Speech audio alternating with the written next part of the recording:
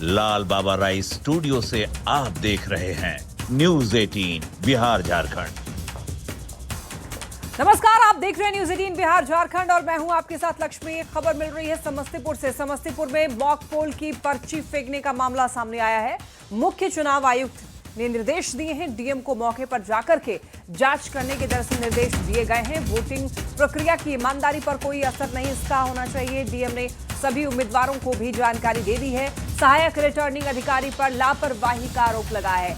ARO को निलंबित किया जा रहा है। एफआईआर भी दर्ज की जा रही है। तो देखिए, मॉक पोल की पर्ची फेंकने का ये मामला है और इस मामले को लेकर मुख्य चुनाव आयुक्त ने संज्ञान लिया है और डीएम को मौके पर जाकर जांच करने के निर्देश दिए गए हैं। वोटिंग प्रक्रिया की ईमानदारी पर कोई असर नहीं होना चाहिए। डीएम ने सभी उम्मीदवारों को इस बारे में जानकारी दे दी है और इसके अलावा देखिए, सहायक रिटर्निंग अधिकारी पर लापरवाही का आरोप लगा है और इसी सिलसिले में एआरओ को निलंबित किया जा रहा है। एफआईआर भी दर्ज की जा रही है।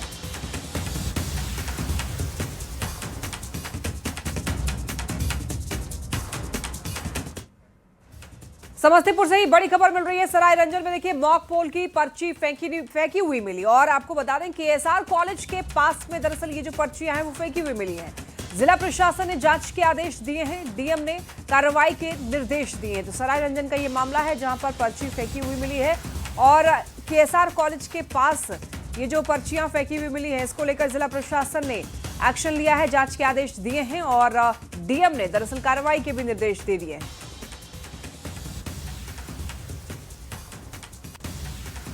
देखिए, वीवीपैट की कुछ पर्चियां सरायरंजन विधानसभा क्षेत्र में सूचना मिली थी कि वहां पर पाई गई है। कमीशनिंग सेंटर जो डिस्पैच सेंटर है उसके पास ये पाया गया है। यहाँ पर देखा गया कि बहुत सारी श्रेडेड जो पर्चियां थी उनके बीच में कुछ अनश्रेडेड पर्चियां भी पाई गई हैं, जिसको कि प्रशासन ने उसको कंफिस्केट करके सीजर कर लिया है। उसमें जो सभी जिन्होंने भी लापरवाही की है उनके खिलाफ प्राथमिकी दर्ज की जा रही है और ये जांच में हो जाएगा, स्पष्ट हो जाएगा कि ये किस समय की पर्चियां हैं। इसमें किसी तरह की कोई अफवाह नहीं फैलाने की मैं अपील करूंगा। ये पूरा टेक्निकल मामला है जिसकी भी जांच करते हुए सभी चीज़ स्पष्ट हो जाएगी।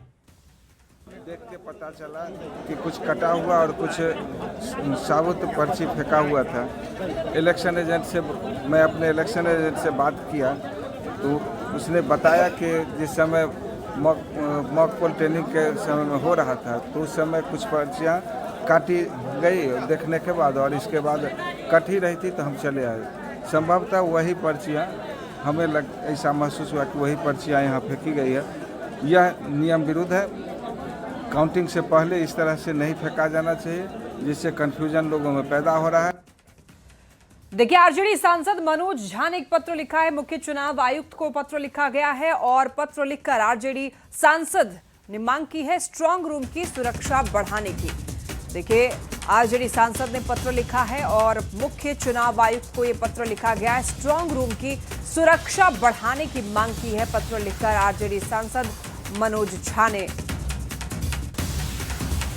देखिए, यहां पर यह मामला है स्ट्रांग रूम की सुरक्षा को लेकर और इसी मुद्दे को लेकर के आरजेडी सांसद ने मांग की है मुख्य चुनाव आयुक्त से कि सुरक्षा स्ट्रांग रूम की बढ़ाई जाए। आरजेडी सांसद मनोज झा ने पत्र लिखा है मुख्य चुनाव आयुक्त को और स्ट्रांग रूम की सुरक्षा बढ़ाने की मांग की है। खबर वैशाली से मिल रही है जहां चुनाव आयुक्त चुनाव खत्म होने के बाद देखिए स्ट्रांग रूम में गड़बड़ी करने के आरोप के बाद में प्रशासनिक महकमे में हड़कंप मचा हुआ है। आरजेडी ने अपने सोशल मीडिया पोस्ट पर एक वीडियो शेयर किया है जिसमें हाजीपुर के स्ट्रांग रूम में लगे हुए सीसीटीवी को बंद दिखाया गया है और इसी दौरान कुछ गाड़ियों की आने जाने की गतिविधि दिख रही है। सोशल मीडिया पर इस वीडियो के जारी होने के बाद प्रशासन में हड़कंप मच गया है। डीएम और एसपी प्रशासनिक काफिले के साथ हाजीपुर स्ट्रांग रूम पहुंचे जहां स्ट्रांग रूम के अंदर पूरे मामले की जांच की गई। देखिए, ये भी वेरिफिकेशन हुआ है। यहाँ पर जितने सिक्योरिटी में मौजूद थे उनसे पृच्छा की गई है कि क्या हुआ है। तो उसमें जो सिक्योरिटी दंडाधिकारी हैं, जो फोर्सेस है, उनकी एक गाड़ी पिकअप रात को अंदर गई थी जिसमें उनका बेडिंग इत्यादि सामान रखा हुआ था।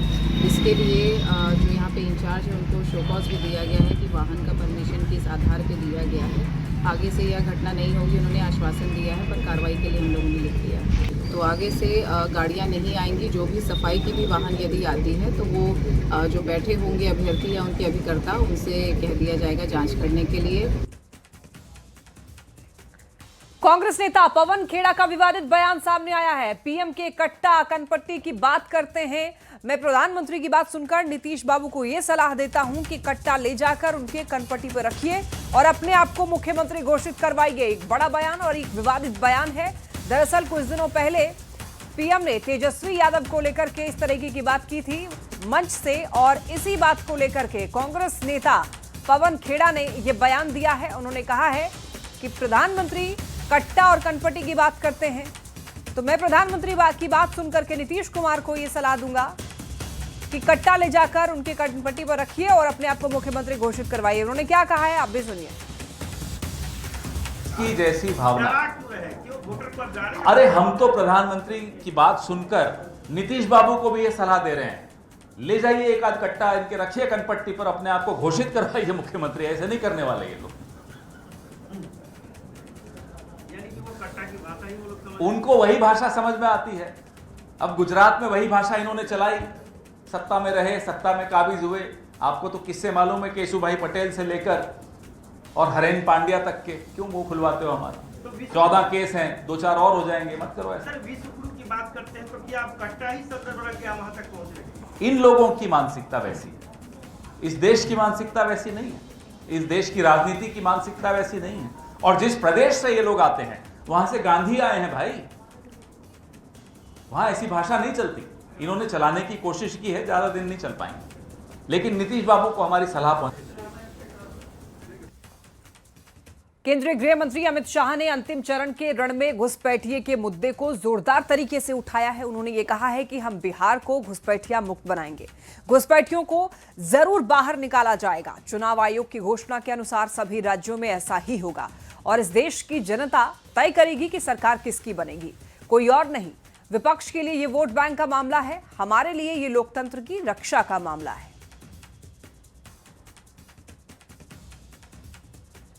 बहुत सारी जगहों पे इस पर काम किया है और मैं निश्चित रूप से सीमांचल की और बिहार की जनता को कहना चाहता हूं, अगले 5 साल में हम बिहार को घुसपैठिया मुक्त बनाएंगे। न केवल घुसपैठिये को निकाल बाहर करेंगे, इनके अवैध धंधे भी बंद कराएंगे और अवैध अतिक्रमण को भी हटाने का काम भारतीय जनता पार्टी और एनडीए की सरकार करेगी। इनको डिपोर्ट किया जाएगा, इनको डिपोर्ट किया जाएगा, निश्चित रूप से डिपोर्ट किया जाएगा। वोटर लिस्ट में जिनका नाम नहीं आया था उन लोगों की पहचान तो एक तरह से हो ही गई है, उसके बाद भी आप लोग कभी और आइडेंटिफिकेशन करवाने के बाद चलिए क्या होगा वो यही चुनाव में नहीं बोला जाता है, परंतु हम घुसपैठिये को निकालेंगे। आपको लगता है एसआईआर टेस्ट केस है, बिहार में टेस्ट केस एसआईआर बन चुका है, अब बाकी राज्यों में भी इसी तरह होगा? जहाँ चुनाव आयोग ने घोषणा की है पूरे देश में एसआईआर करने की। विपक्ष कह रहा था ये एनआरसी भी एक तरह से बैकडोर करवाया जा रहा है। चलिए, विपक्ष की तो कई सारी टिप्पणियां हैं। सर, जो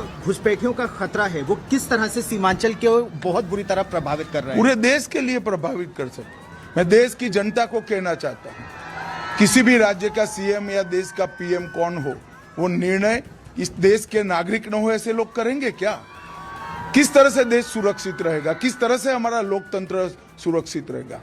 विपक्ष के लिए ये वोट बैंक का मुद्दा है, हमारे लिए हमारी लोकतंत्र की सुरक्षा का, देश की सुरक्षा का मुद्दा है। प्रधानमंत्री नरेंद्र मोदी ने सीतामढ़ी में जनसभा को संबोधित करते हुए ये कहा कि आरजेडी बिहार के बच्चों के लिए क्या करना चाहती है, ये उनके नेताओं के चुनाव प्रचार में साफ दिखाई देता है। आरजेडी के मंचों पर मासूम बच्चों से कहलवाया जा रहा है। वो बच्चे कह रहे हैं कि वो रंगदार बनना चाहते हैं। बिहार का बच्चा अब रंगदार नहीं बन सकता है, हमारा बच्चा इंजीनियर बनेगा, डॉक्टर बनेगा, वकील बनेगा, जज बनेगा, ऐसी बातें कहते हुए सुनाई दिए पीएम।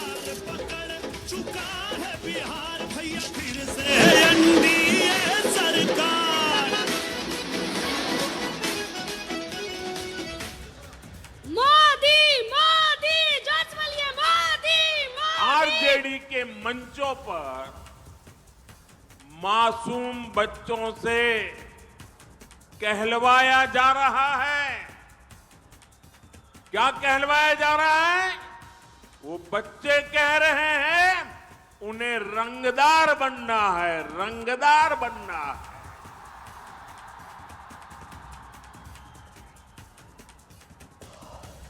आप मुझे बताइए, बिहार का बच्चा रंगदार बनना चाहिए या डॉक्टर बनना चाहिए? रंगदार बनना चाहिए या डॉक्टर बनना चाहिए? क्या हम हमारे बच्चों को रंगदार बनने देंगे? क्या रंगदार बनाने वालों को जीतने देंगे?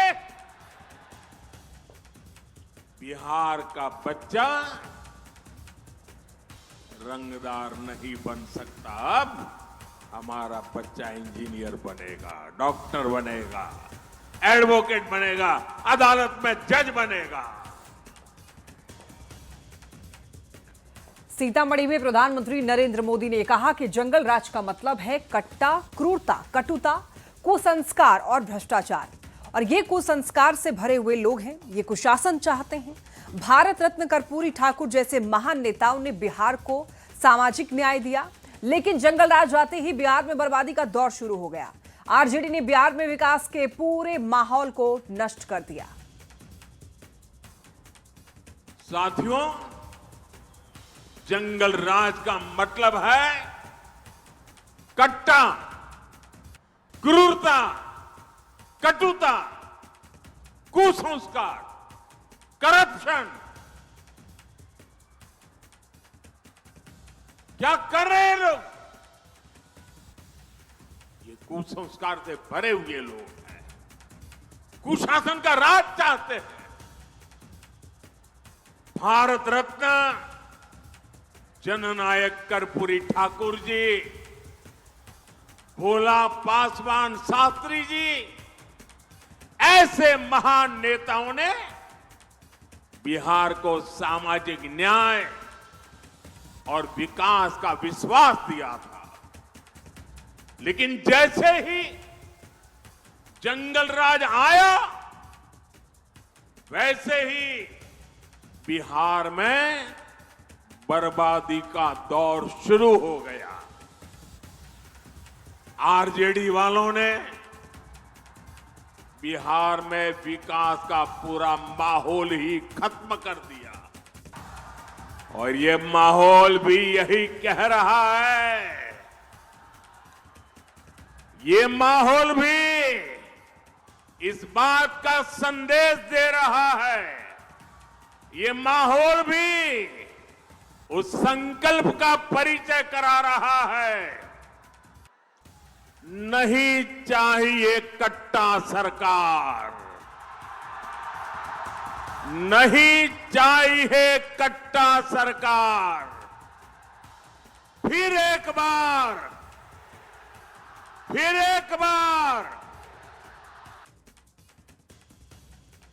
कटिहार के कदवा विधानसभा में कांग्रेस सांसद प्रियंका गांधी ने चुनावी सभा को संबोधित किया। चुनावी सभा के दौरान उन्होंने बीजेपी पर निशाना साधा, बीजेपी की तुलना शराबी पति से की और ये कहा कि शराब पीकर पीटने वाला पति अचानक साड़ी लाए तो झांसे में मत आना। कटिहार से ये बड़ी खबर आप तक पहुंचा रहे हैं कि कोई सहेली होती जिसका पति साल भर उसे नहीं पूछता, जब देखो तो डांटता, पीटता, पी के आता, तो क्या कहती तुम अगर वो सहेली तुम्हें बताती कि आज तो अरे इनका मूड तो बहुत अच्छा था, ये घर आए, मेरे लिए नई साड़ी खरीद के ले आए और उन्होंने आज मुझे कहा कि मैं तो तुम्हारी आज से बहुत अच्छी देखभाल करूंगा, तुम फिक्र मत करना, आज से तुम इस घर की महारानी बन के रहो। तो तुम अपनी दोस्त को, अपनी सहेली को क्या कहती?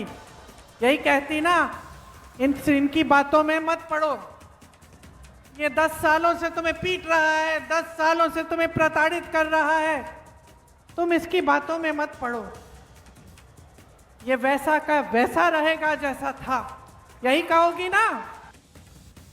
और यहां रुक रहे एक छोटे से ब्रेक के लिए, जल्द लौटते हैं।